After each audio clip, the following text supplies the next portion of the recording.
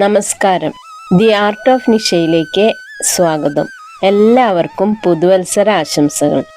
ഇന്ന് തിരുപ്പതി വെങ്കിടേശ്വര സ്വാമിയെയാണ് വരയ്ക്കുന്നത്. അതിൻ്റെ സ്കെച്ചിങ് ആണ് ഇന്നത്തെ വീഡിയോയിൽ ഉൾപ്പെടുത്തിയിട്ടുള്ളത്. എല്ലാവരും വീഡിയോ സ്കിപ്പ് ചെയ്യാതെ മുഴുവനായി തന്നെ കാണണം. ആന്ധ്രാപ്രദേശിലെ തിരുപ്പതി ജില്ലയിൽ സ്ഥിതി ചെയ്യുന്ന പ്രസിദ്ധ ക്ഷേത്രമാണ് തിരുമല തിരുപ്പതി ശ്രീ വെങ്കിടേശ്വര ക്ഷേത്രം. ആനന്ദ നിലയം, കലിയുഗ വൈകുണ്ഠം തുടങ്ങിയ പേരുകളിലും ഈ ക്ഷേത്രം അറിയപ്പെടുന്നു. പരമാത്മാ മഹാവിഷ്ണുവിനെ വെങ്കിടേശ്വരൻ എന്ന പേരിൽ ലക്ഷ്മി ദേവി, ഭൂമിദേവി സമേതനായി ഇവിടെ ആരാധിക്കുന്നു. ലക്ഷ്മി നാരായണ സങ്കല്പത്തിലുള്ള ക്ഷേത്രമാണിത്. ഐശ്വര്യത്തിന്റെ ഭഗവതിയായ മഹാലക്ഷ്മിക്ക് വെങ്കിടേശ്വരന് തുല്യമായ പ്രാധാന്യമുള്ള ക്ഷേത്രം കൂടിയാണിത്. ഭഗവതി പത്മാവതി എന്ന പേരിൽ അറിയപ്പെടുന്നു. തമിഴ് ഭക്ത കവികളായ ആഴ്വാർമാർ പാടിപ്പുകഴ്ത്തിയ 108 ദിവ്യദേശങ്ങളിലൊന്നാണിത്. പൂർവഘട്ട മലനിരകളിൽ സ്ഥിതി ചെയ്യുന്ന തിരുമലയിലെ 7 കുന്നുകളായ ശേഷാദ്രി, നീലാദ്രി, ഗരുഡാദ്രി, അഞ്ജനാദ്രി, ഋഷഭാദ്രി, നാരായണാദ്രി, വെങ്കിടാദ്രി എന്നിവയിൽ അവസാനത്തേതായ വെങ്കിടാദ്രിയിലാണ് ഈ ക്ഷേത്രം സ്ഥിതി ചെയ്യുന്നത്. പുഷ്കരിണി എന്നറിയപ്പെടുന്ന വലിയൊരു കുളത്തിന്റെ കരയിലാണ് ക്ഷേത്രം സ്ഥിതി ചെയ്യുന്നത്. മുഖ്യപ്രതിഷ്ഠയായ വെങ്കിടേശ്വരൻ ബാലാജി, ശ്രീനിവാസൻ, ഗോവിന്ദൻ, സപ്തഗിരീശ്വരൻ, ആദിനാരായണൻ എന്നീ പേരുകളിലും അറിയപ്പെടുന്നു. കലിയുഗ പ്രത്യക്ഷ ദൈവം എന്നറിയപ്പെടുന്ന ഭഗവാൻ കൂടിയാണ് വെങ്കിടേശ്വരൻ.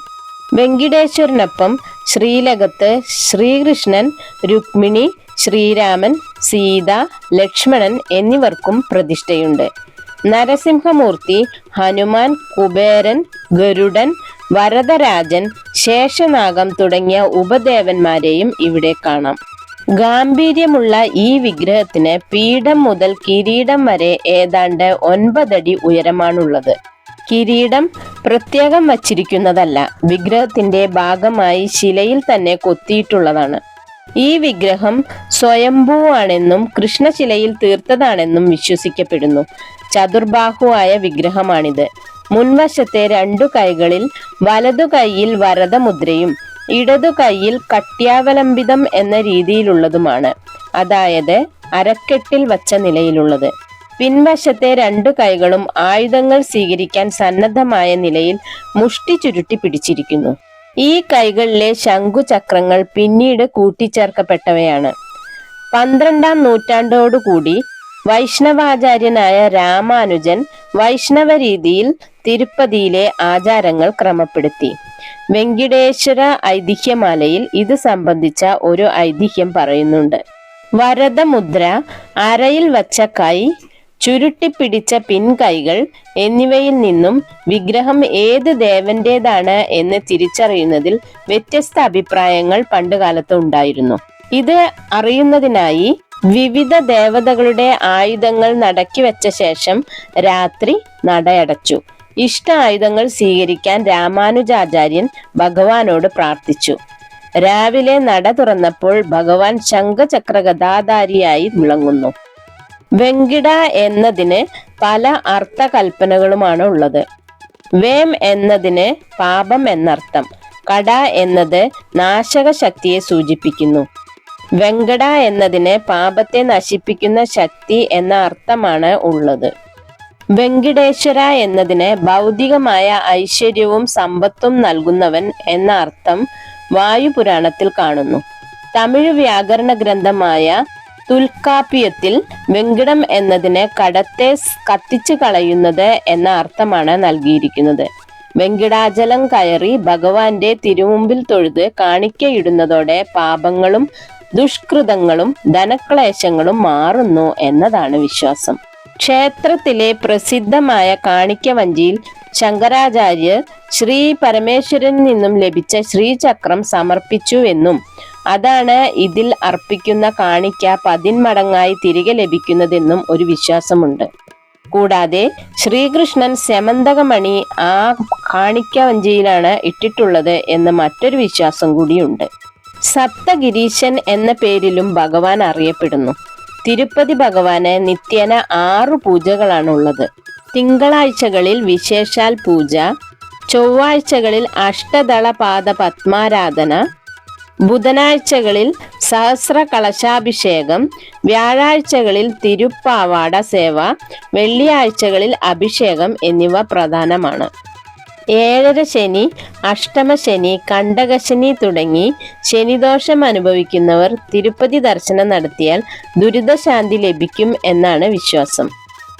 നാഗദോഷങ്ങൾ എല്ലാം തീർക്കുന്ന തിരുപ്പതി ദർശനം രാഹുകേതു ദോഷ നിവാരണത്തിനും ഉത്തമമാണ്.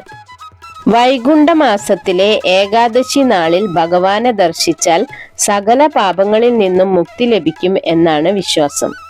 മരണാനന്തരം മോക്ഷപ്രാപ്തി ലഭിക്കും. കലിയുഗ ദുരിതങ്ങളിൽ നിന്നുള്ള മോക്ഷപ്രാപ്തിക്ക് ഉത്തമമാണ് തിരുപ്പതി ദർശനം. പ്രധാന പ്രവേശന കവാടത്തിന്റെ വലതുവശത്ത് ഒരു വടിയുണ്ട്.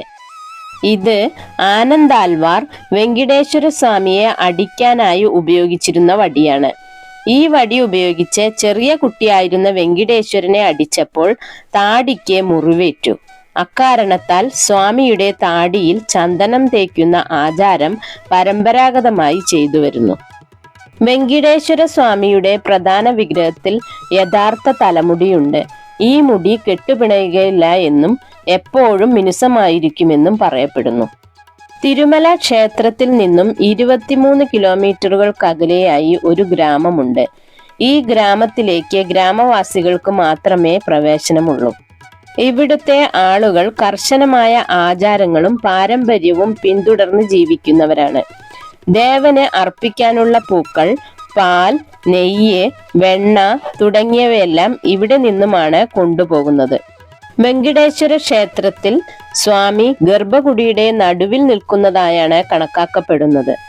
യഥാർത്ഥത്തിൽ സ്വാമി ഗർഭഗുഡിയുടെ വലതുമൂലയിലാണ് നിൽക്കുന്നത്. ഇത് പുറമെ നിന്നും കാണാനാകും.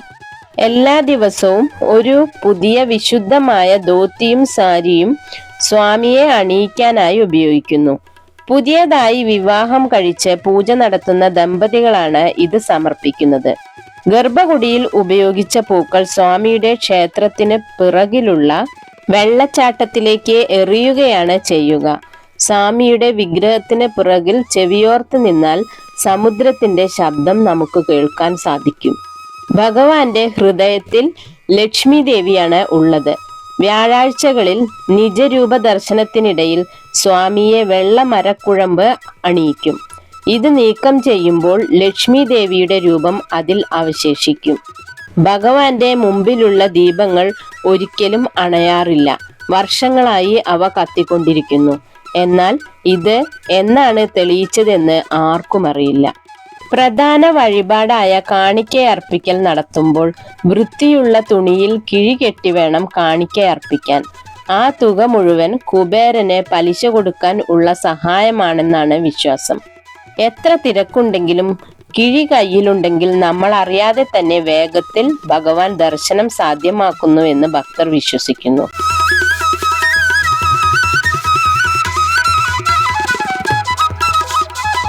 ഇന്നത്തെ വീഡിയോ ഇവിടെ പൂർണ്ണമാവുകയാണ്. ഈ വീഡിയോ നിങ്ങൾക്ക് എല്ലാവർക്കും ഇഷ്ടമായി കാണുമെന്ന് വിശ്വസിക്കുന്നു. ചിത്രകലയെ ഇഷ്ടപ്പെടുന്ന നിങ്ങളുടെ പ്രിയപ്പെട്ടവർക്ക് ഈ വീഡിയോ ഷെയർ ചെയ്യാൻ മറക്കരുത്. വീഡിയോ ഇഷ്ടപ്പെട്ടാൽ ലൈക്ക് ചെയ്യാനും കമന്റ് ചെയ്യാനും മടിക്കരുത്. നിങ്ങളുടെ വിലയേറിയ അഭിപ്രായങ്ങൾ കമന്റ് ബോക്സിൽ രേഖപ്പെടുത്തണം. നന്ദി, നമസ്കാരം. Thank you.